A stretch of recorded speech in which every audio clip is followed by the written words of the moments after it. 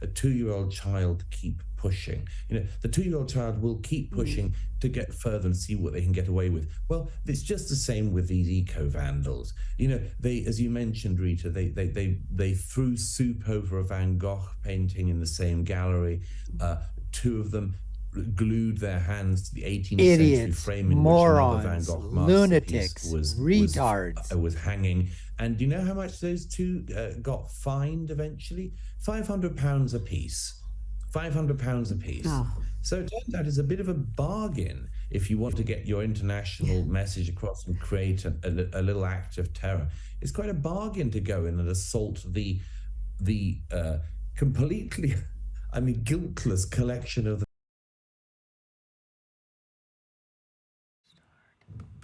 Every week, it's time to speak to the author of international bestsellers, including The War on the West, The Strange Death of Europe, and The Madness of Crowds, Douglas Murray.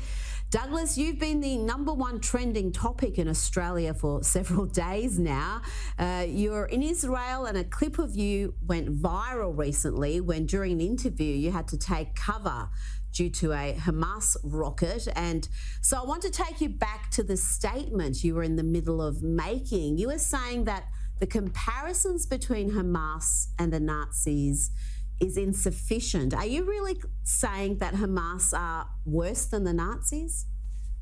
Well, I am, yes, in one way in particular, which is that as anyone who's seen the result of the atrocities of the 7th of October will know, and anyone who's seen the raw footage from that day will know, there's an oddity about Hamas which just needs to be highlighted better.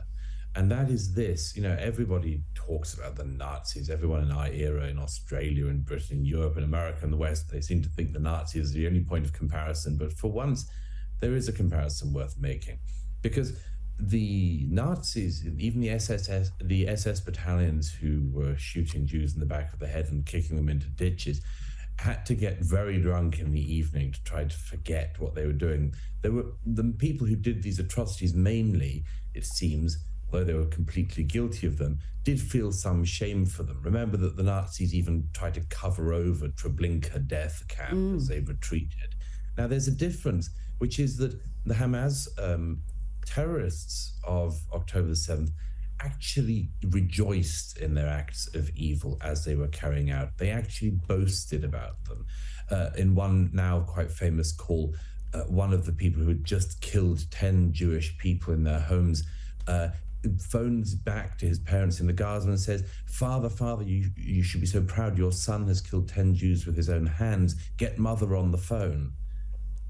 That is an order of evil and just sadism that, as I say, for once, it's not hyperbole to say even the Nazis in the main didn't behave like this.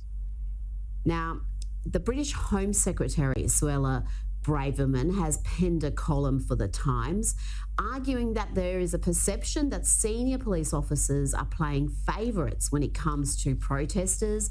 They can be very heavy-handed when it comes to some protesters on the right side of politics, but they do not want to upset pro-Palestinian protesters, BLM, climate change activists, for example. What did you make of this piece by Braverman? I thought it was a much needed intervention. Suella Braverman is one of the few brave people in British politics. She actually speaks for the majority of the British public, in my view. And she's completely right simply on this issue of policing. We've seen in recent years, first of all, when the BLM protests went on in London, which got very unpleasant, we had officers of the Metropolitan Police taking the knee when the crowd insisted that they do so, and they actually did, in that, that gesture that people did at the time. Oh, yes. As a sort of kowtowing gesture. They actually did that. We've seen Extinction Rebellion and other eco-loon protests where the police have actually, there was one protest, they shut down a bridge in London, and there was video of a policeman actually sort of like getting on a skateboard and playing with the activists instead of wrenching them off the roads and getting them arrested. There's no doubt that there's a double standard in policing, and we've seen it in spades in recent weeks with the anti-Israel demonstrations in London and across the UK. People have been threatened with arrest if they go near these protests carrying an English or a British flag, because that would be, Rita, inflammatory. But at the same time, the police have stood idly by as people have called for jihad, for genocide, and much more. It's an obscene double standard, but we can see why. One police officer even said as much last week on camera, said, "We're outnumbered here." So they are clearly intimidated by this mob. I think that's wrong. I think that Braverman is absolutely right to say there's a double standard and it has to change. So we'll get back to Douglas Murray with his other comments, but I just wanted to make a few, remarks here on what he talked about, basically saying that Hamas is worse than the Nazis. And I guess there's some, you could be equivocating in terms of what you want to say. And I'm sure there's a lot of people out there that are going to basically take there's no way that it's the Nazis, wasn't Hamas. But I think Douglas's point bears some repeating, which is the Nazis tried to hide a lot of their war crimes.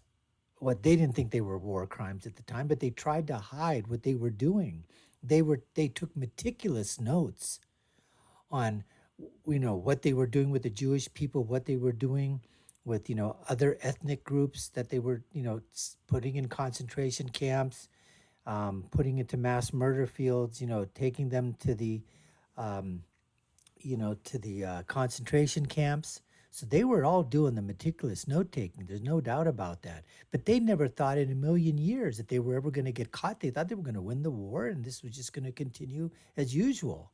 And so we only found out when the Nazis in Germany lost, and all the footage of whatever they were taking on film, whatever notes they were taking, that's when we really found out, obviously seeing the sites of the concentration camp, but to see the barbarity of the criminal acts, the inhumane acts that the Nazis were doing, those we only found because, we were able to, when we won the war, we found out this evidence that was being collected.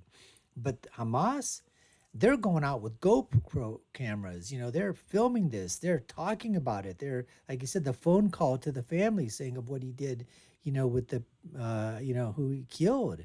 With the Hamas, people were killing the Palestinians. Killing the Israelis. Just unbelievable. And then this, what's her name?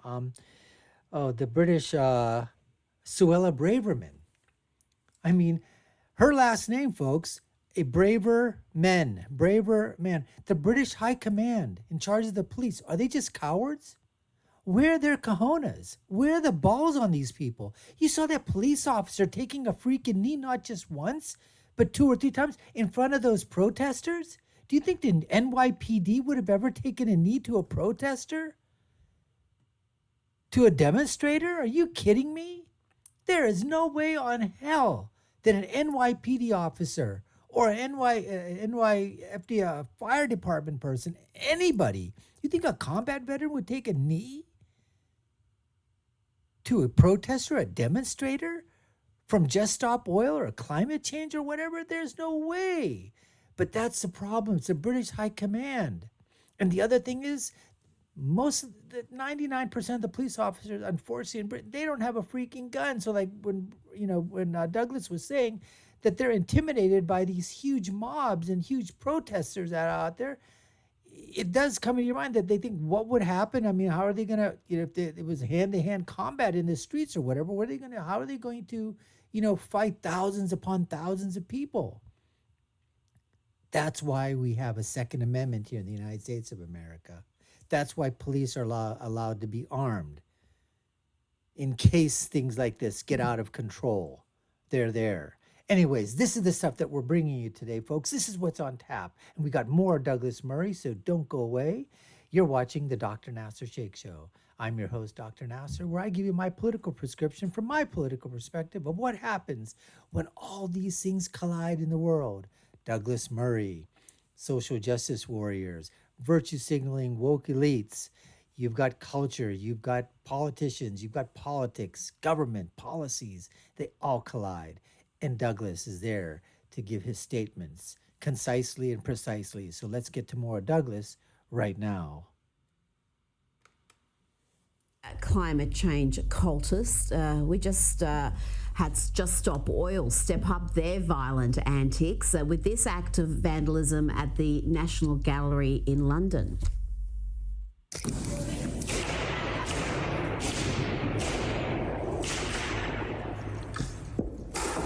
Women do not get the vote by voting.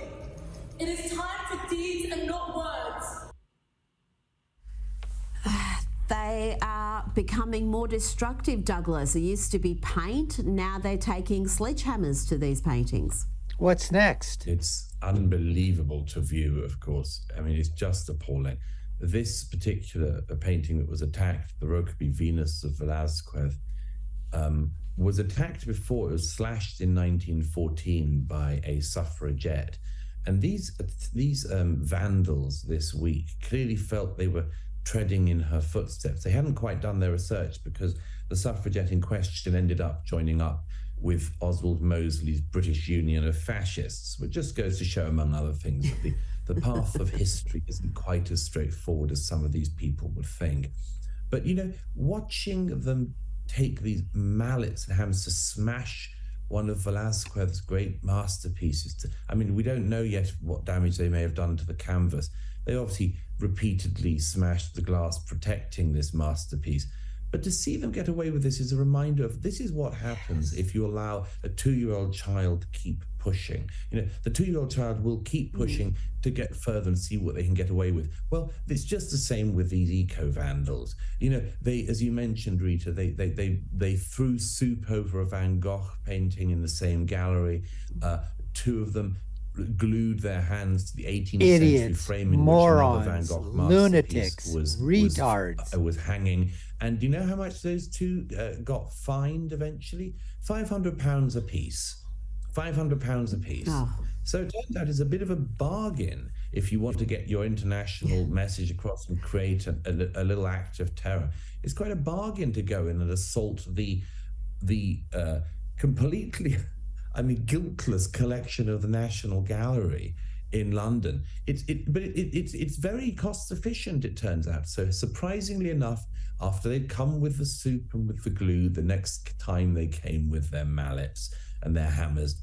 I wonder what they'll use next time, unless the authorities stop them. You know, that is so true. And what happens is that there's no accountability anymore.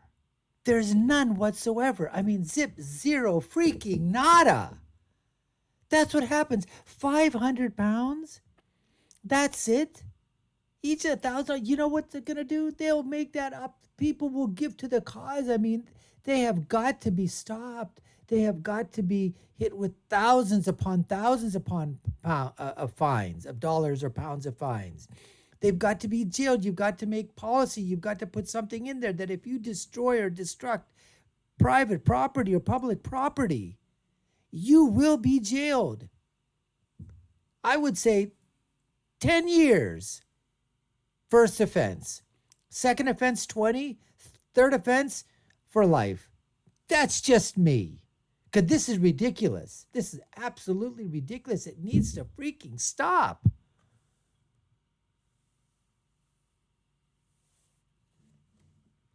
Now, Douglas, we have seen the left, which dominate the media, academia, much of the culture, completely redefine words, including the term far right. Anyone to the right of Karl Marx these days can be called far right, but there is a real far right. They may be small, but they do exist, and they are unsurprisingly in perfect agreement about many issues with the woke far left.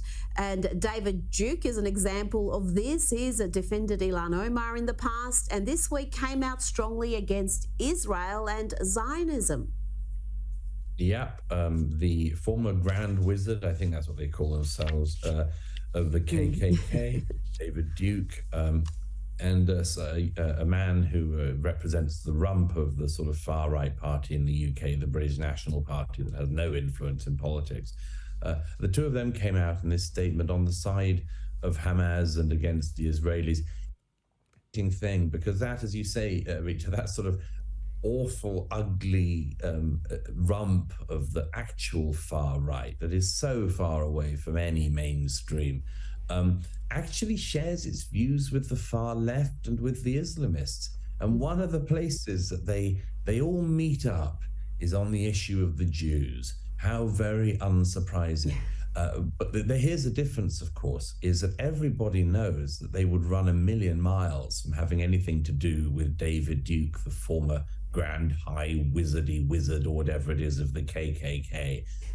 But how sad that his views are in total alignment with a lot of airheads from the far left and the left in the US, in Australia and elsewhere.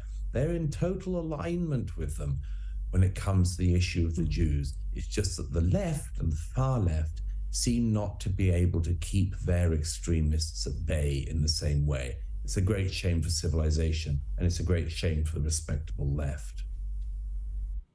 And I'll just add this point here that David Duke, when he basically says anything or stands behind or says, you know what, I give my support to somebody on the right, a conservative. When David Duke says, if he says that he backed Donald Trump, I don't know, or he backed anybody on the conservative side, the media rush to put that out in print. David Duke supports conservative. David Duke supports Trump. David Duke supports this, Republicans. But when David Duke supports Democrats, like the Islamist Ilhan Omar or the Islamist Rashida Tlaib, or when David Duke or any of the people on the, the white supremacists, that however small they are. Listen, if you have a group of white supremacists that are protesting someplace, there'll be about 5 of them, right? And there'll be 100 reporters there. That's how widespread the KKK and the white supremacist organizations are in the United States of America. They're there, but they're so minute. They have no significance whatsoever. But the media will never tell you about David Duke supporting a Democrat or a progressive or a liberal. That'll never happen. Never. Well, you are in Israel, and earlier this week you saw that 43-minute unedited video, including body cam footage of what happened on October 7. How has that affected you, and has that changed your view on that conflict? Well, it certainly, unfortunately, reinforced a number of thoughts I had about the Hamas attack. I was earlier this week in near Oz, which is one of the kibbutz that was completely ransacked, ravaged by Hamas that day. I think a lot of people from outside Israel still haven't realized the sheer scale of the attack. It was a battalion-sized attack of terrorists. And people like that small, beautiful community of Near Oz, near the Gaza border, had 400 people living in it. Funnily enough, most of these kibbutz, or many of these kibbutz, these communities around Gaza, were filled with left-wing peacenik types. They wanted peace with their Palestinian neighbors, very often, campaigned on this, did good deeds for their Palestinian neighbors in the hope that this would incrementally lead to peace.